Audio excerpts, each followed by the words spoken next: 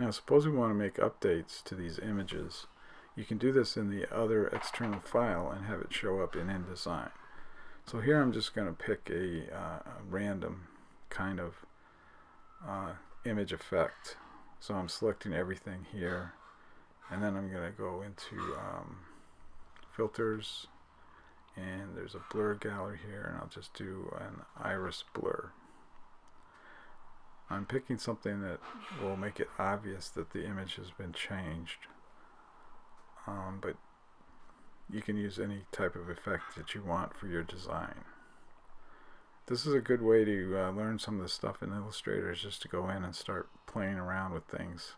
I'm just going to adjust some of these buttons, see what they do.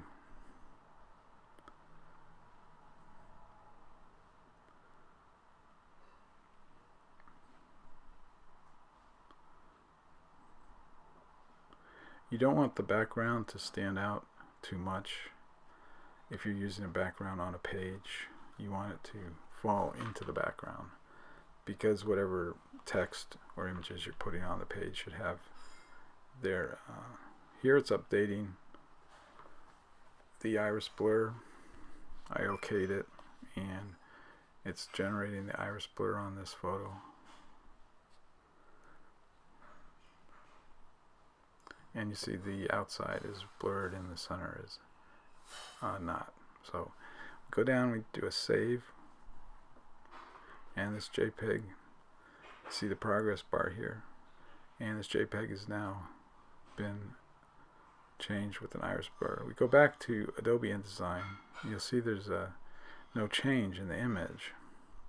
That's because we haven't updated it.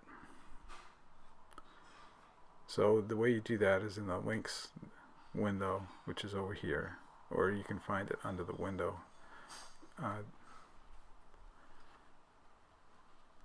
This little icon here indicates that it has changed. It's like a warning sign. You can either double click that to update it, and you'll see over in the window, the main window, we now have the updated image with the iris blur.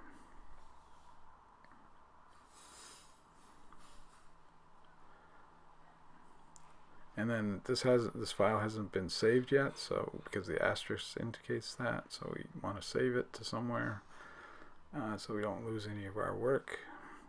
I'm using a removable thumb drive. I already had a folder set up, and we're saving it as an InDesign file, INDD, and save.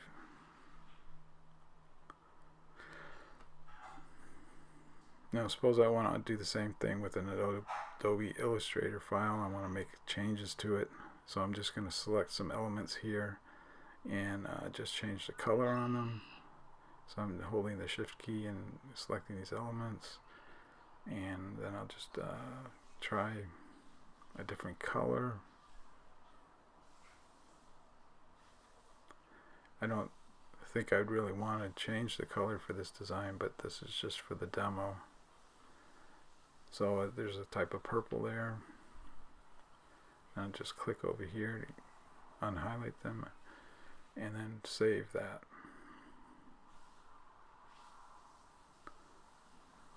And it's giving you a progress bar.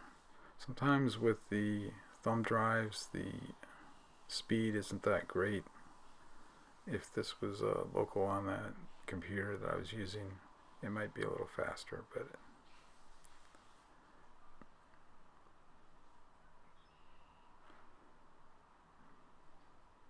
so when this is done, it's the same type of thing where you go back to InDesign and you'll have to update the link in order to update whatever changes you've made in your Illustrator file.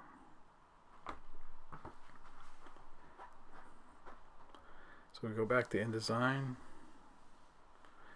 and the image is a little strange at this point. I'm not sure if it is just using an old reference image or what, but we're going to change the link.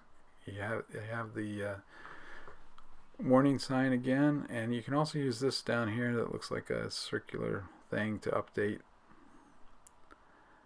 So I'll do that this time. Click on that, and you'll see that the image now updates with the new file. So this is basically a demonstration of how you can use Adobe Illustrator, Photoshop, and InDesign together to do your work. If you're doing work in Photoshop and then InDesign and then Illustrator, you can go back and forth between the programs and place the images where you want them.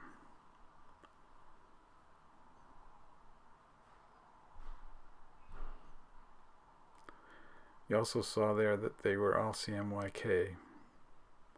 The little notations indicate that they were CMYK, which is the correct color space.